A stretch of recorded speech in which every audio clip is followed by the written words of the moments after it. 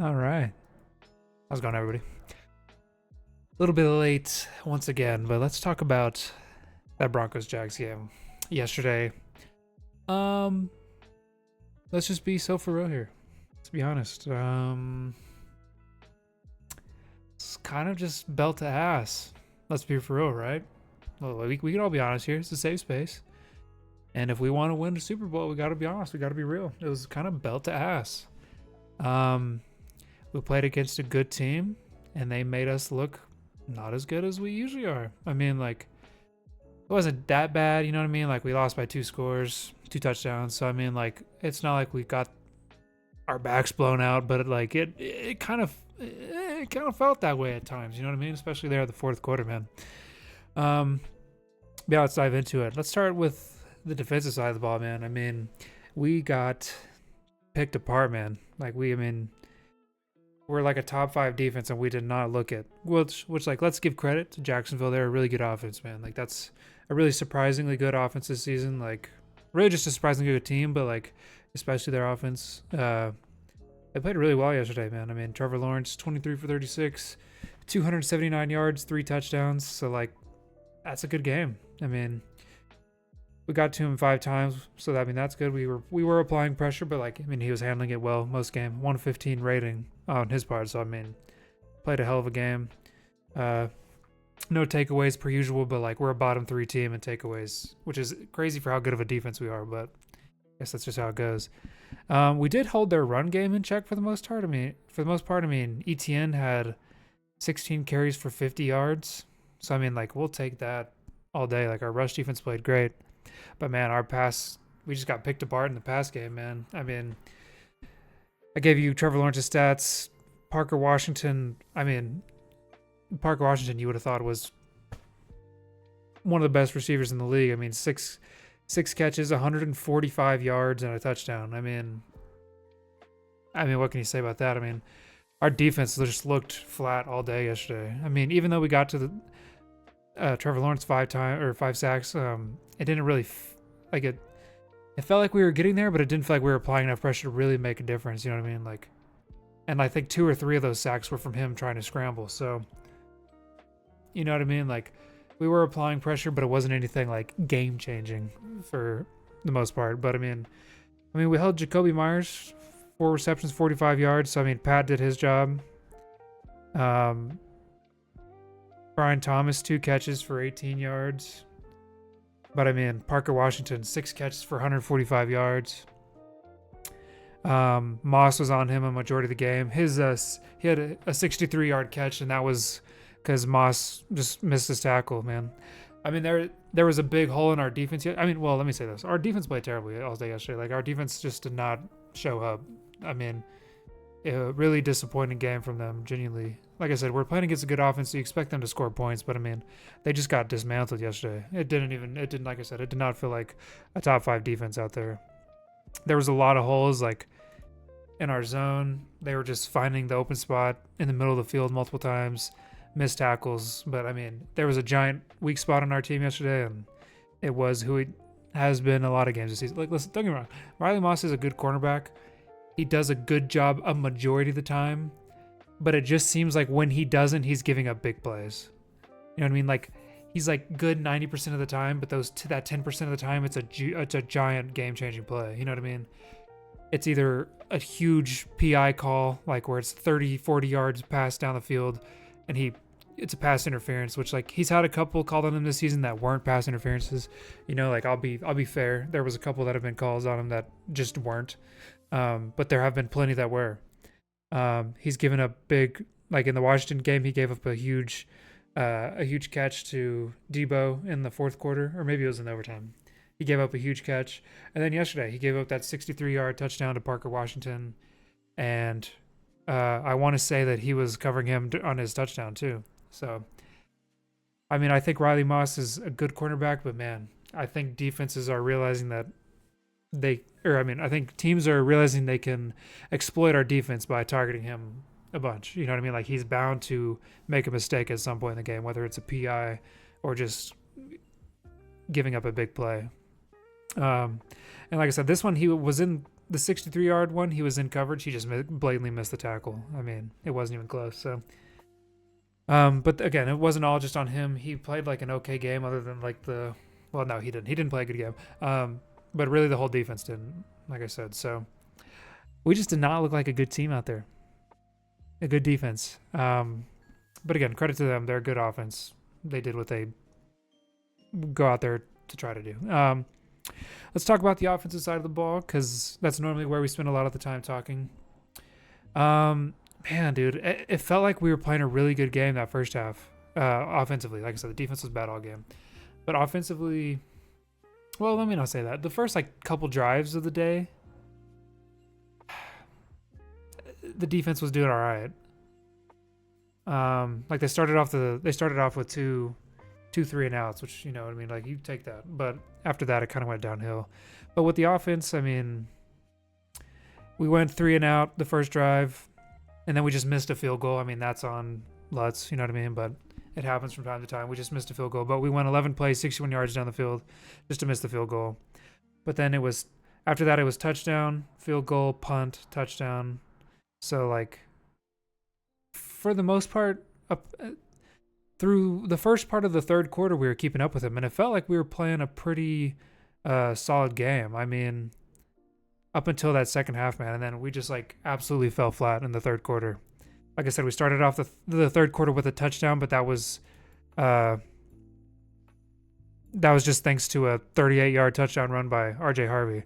So I mean, if it wasn't for that, who knows? But that whole second half we fell flat. So maybe that was just a good play. Like maybe we were lucky for that play, because after that it was punt, fumble, field goal, interception, loss of downs. So five of the last 6 drives we were scoreless. Punt, fumble, field goal, interception, downs. So I mean, or downs, end of game. So I mean, that second half our offense just fell completely flat, man. Bo was having a decent game. I mean, 28 for 47, so not as high of a completion percentage as we're used to, but I mean, at the end of the game, you're just trying to force things down the field. 352 yards, 1 touchdown, 1 pick, only got sacked 1 time, had an 81 rating, but like I said, Bo for the most part was having a decent game. There was definitely a few throws that were just offline. It seems like when defenses are bringing pressure, you can really feel when he's getting uncomfortable in the pocket. Once he loses his composure in the pocket, man, it feels like it's a completely different quarterback out there. Like, don't get me wrong, he can play well on the run, he throws well on the run, but like when he is sitting in the pocket and he's comfortable, like he throws dots, man. And the first half of the game he was doing that, and then that second half is when Jacksonville kind of dialed up the pressure, and that's when he started blatantly missing throws. I mean, he had some that were just off the mark. He had some that were dropped, which we'll get to in a second. But and then he had his patented forced throw of the game where he tried forcing a ball that just didn't need to be forced, and he threw a pick. So we've come to kind of expect that. He's gone a couple games without doing it, but like, you know, as someone who's watched every game this season, you're kind of not surprised to see that 1 pick a game, which is a bummer, man, because it was on a 4th and 2, which like it was in the fourth quarter. Like, I know they were trying to force things down the field, make a comeback, but on a 4th and 2, you at least just want to get the first down, give yourself more chances. And I believe he had RJ Harvey open right in front of him, a check down. He would have gotten the first. It wouldn't have been a big play. Like, it wouldn't have been a huge game-changing play, but it would have been a first down at least. And instead, he tried forcing a ball over to, I think, Pat Bryant. And, I mean, it was a really force. I mean, the defender was all over him, playing it perfect. He didn't throw the ball in a good spot. He just kind of threw it over there in the direction, and obviously it got picked. So, but yeah, otherwise, Bo played like a very okay game. It's hard, man. This receiving core it's very iffy from day to day. I mean, Sutton had a decent game, 6 catches, 86 yards, and a touchdown, but he also had 2 drops, I want to say. Maybe it was only 1. I can only think of, he had one, it was on the Broncos trick play where Bo tossed it downfield to him, and I mean, he dropped it. No, he did have 2. He had like an out route, I think, that he dropped it on, if I'm remembering correctly, but he for sure dropped that deep ball. I mean, it was defended really well, so like, I'm not going to say like it was the easiest catch in the world, but I mean, it hit him in the hands. You know, as a number 1 receiver on our team, you hope that's caught. You know what I mean? Like, you expect that to be caught. But I mean, it wasn't just him. RJ Harvey had a drop. Troy Franklin had a drop or two. I mean, this has been kind of a off and on issue, man, which, I'm not going to say like, I think Lil Jordan maybe had a drop too. I could be mistaken on that one, but there was just quite a few drops all around. And obviously, man, like those hurt us, like on these, especially on these downs when it was, or on these series where it was 3 and outs, and a couple of those would have been for first downs, or that one to Sutton would have been a big play. Like those hurt us, man. Those really kill the momentum of the offense. They kill Bo's momentum. It kills their moment. Like it really hurts. Like, especially when these balls are hitting them in the hands, man. Like you don't expect those to be dropped, and they should not be dropped. I mean, when you're a professional football player, you know what I mean? But obviously when the defender's all over you, sometimes there's just tough catches again with Sutton's, but like a couple of these were just blatant wide open drops, man. And I mean, that hurts us. We're not going to win games like that. Dude, and if I could find one bright spot in this game, it would be RJ Harvey. RJ Harvey had 7 carries for 50 yards. And then including that 38-yard touchdown run. Let me just say that again. 7 carries for 50 yards, which I know that 38-yard one really ups his average, but it makes you wonder why we abandon the run game at times. Again, like with especially when the receivers are dropping stuff like this, when Bo starts to kind of force some balls, like why is our lead back only getting 7 carries? 7 carries. Travis Etienne also had 50 yards, but he had 16 carries. This is, again, one of those games which, again, I know the script kind of at the end of the game flipped it, but I mean, even 7 carries throughout the whole game is crazy work, right? Like, I know in the fourth quarter we're throwing the ball trying to make a comeback, but you would still expect in a game that was close through 3 quarters a balanced run game, which would be RJ Harvey getting more than 7 touches, at least double digits, right? Like, and McLaughlin had 5, so like I know like 12 carries, 12 running plays in general the whole game, man. Like, again, this was just one of those ones where it makes me wonder why we play best when we have a balanced attack. Like the last 2 weeks it's been almost 50-50, and we played fantastic. Our offense was flowing, there was a rhythm, Bo was in a rhythm, like everything was just kind of in a flow. And then this game, like I know we're trying to make a comeback at the end, but Bo had almost 50 attempts yesterday, and I don't know, man. I just think we play a much better game when it's balanced, and so for RJ Harvey to only get 7 touches as a lead back, I mean, I just don't think that's going to do it. I think it makes our offense really predictable. I think it allows teams to dial up the pressure for the quarterback, but have more, drop more people. You know what I mean? It just changes the whole focus of the game for the defense, takes our offense out of flow, and I don't know. You just hate. Also, even Jaleel McLaughlin, 5 carries for 37 yards. He was averaging. RJ Harvey and McLaughlin were both averaging 7 yards a carry. So for us to only run 12 run plays, I mean, like it makes you wonder, man. Like it makes you wonder why, like we see the run game working and we just completely abandon it. Late in the fourth quarter, I can understand, but like I feel like we never fully committed to it at all. If RJ Harvey only had 7 carries, McLaughlin only had 5, like it feels like we didn't establish a run game that whole time, even though when we did, the plays were working. So I don't know, man. It's a bummer. We got belt ass yesterday. I mean, and I really hope the team internalizes that. You know what I mean? I'm happy that this is a short turnaround week. We have Kansas City Thursday. I'm happy that we can like kind of turn around, get this game off our mind, get back into a winning rhythm, hopefully right before the playoffs. Let me say this, right before the Chargers game and then right before the playoffs. But on the same time, man, I kind of wish this was a long week. Let the team sit on this, marinate it, because like now it's Monday. They're already having to start game planning for Kansas City. You know what I mean? I don't even know if I have to assume like Mondays after a Sunday game, they probably watch film from the game previously. But when they play on such a short week, I won't have to wonder if they even do that or if they just kind of start watching like Chiefs tape. I don't know how that goes, but I really hope that this team really resonated with some players. Man, I don't know.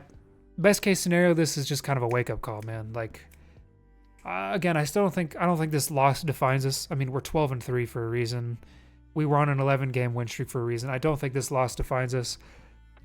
And maybe this is cope for me, but like, I told my friend yesterday it'd be better for us to lose this game now, a game that doesn't have too much meaning, too much on the line, than here in 2 weeks versus the Chargers when we're possibly playing for the AFC West, or when the playoffs roll around. So, now they can forget about the home undefeated streak. They can forget about the winning streak in general, and they can just go out there and focus on the next opponent in front of them.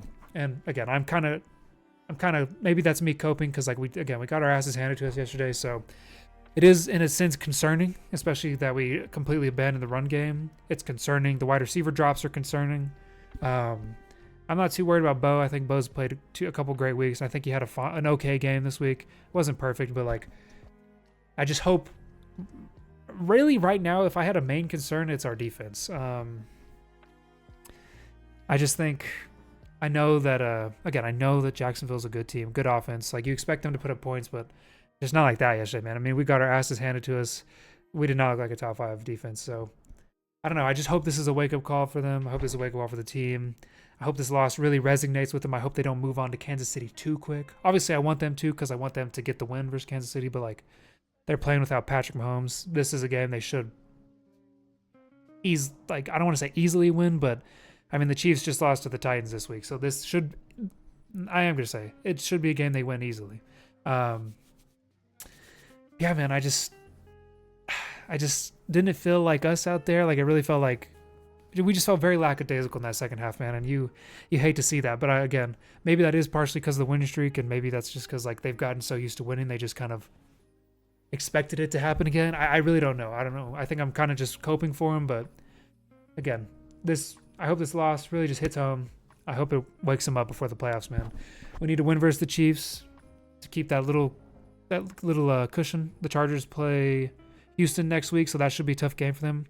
Obviously, I think if we win and the Chargers lose, I think we might secure the AFC West. I'm not sure on that. I could be wrong. But especially when we do play the Chargers in 2 weeks, we need to go out there. We need to execute, play well, and show that we are the best team in the AFC West. Because if we drop this game and then if we end up dropping that game to the Chargers, man, I think if the Chargers win out, then we end up losing the AFC West, I believe. So, we don't want that to happen. We don't want, if the Chargers win out, I'm pretty sure we lose the AFC West. So I think now these next 2 games is the time to go out and prove that we are the best team in the AFC West and that we are a contending team. This will show again how they haven't lost in 11 weeks. So this will show our resilience, show how we can come back from a loss, how we bounce back this game against the Chiefs. Again, it should be a game we win pretty handily. You know what I mean? If that's a tough win, I am a bit concerned, but I mean, this team has had a tendency to play up and down to our competition, so it wouldn't really surprise me, but we need to go win that game, and we need to tune up, now that it's the battle for the AFC West week 18 and then the playoffs. Take this loss to heart, let it sink in, realize that you just got belt to ass at home, and tune up, lock in for the next 4 to 6 weeks. What is it? 4, 5, 6, 17, 18. But it would be a bye. Boom, boom, Super Bowl. So the next 6 weeks, essentially. 5 weeks, and then the bye. So again, this was about to ask game. But all things considered, we're not too mad that we lost. If there was a game to lose, it was this one. So, but that's just me putting a positive spin on it. In reality, it sucks to lose to a team that you might It sucks to lose to a team that you might meet in the playoffs. You know what I mean? AFC versus Jacksonville versus Denver is a very real AFC matchup possibility. So it does suck to lose to them this close to the playoffs. But if we can go handle business versus Kansas City, go handle the business versus the Chargers, and lock in for the playoffs, we'll be okay. Like I said, if there was a game to lose, it was this one. Get refocused, get relocked in, and go get a dub this week versus Kansas City on Christmas Day. Thank you guys for watching. Merry Christmas to all of you. Whiteout versus the Chiefs on Thursday, so everybody wear your white jerseys. Let's get that dub. I'll see you guys after that game, probably sometime in the weekend. It probably might. I don't know when I'll record it since it's Christmas, but if it's a blowout, I might not even record anything, but we got our asses kicked. Let's lock the fuck in, all right? Merry Christmas, everybody. Go Broncos.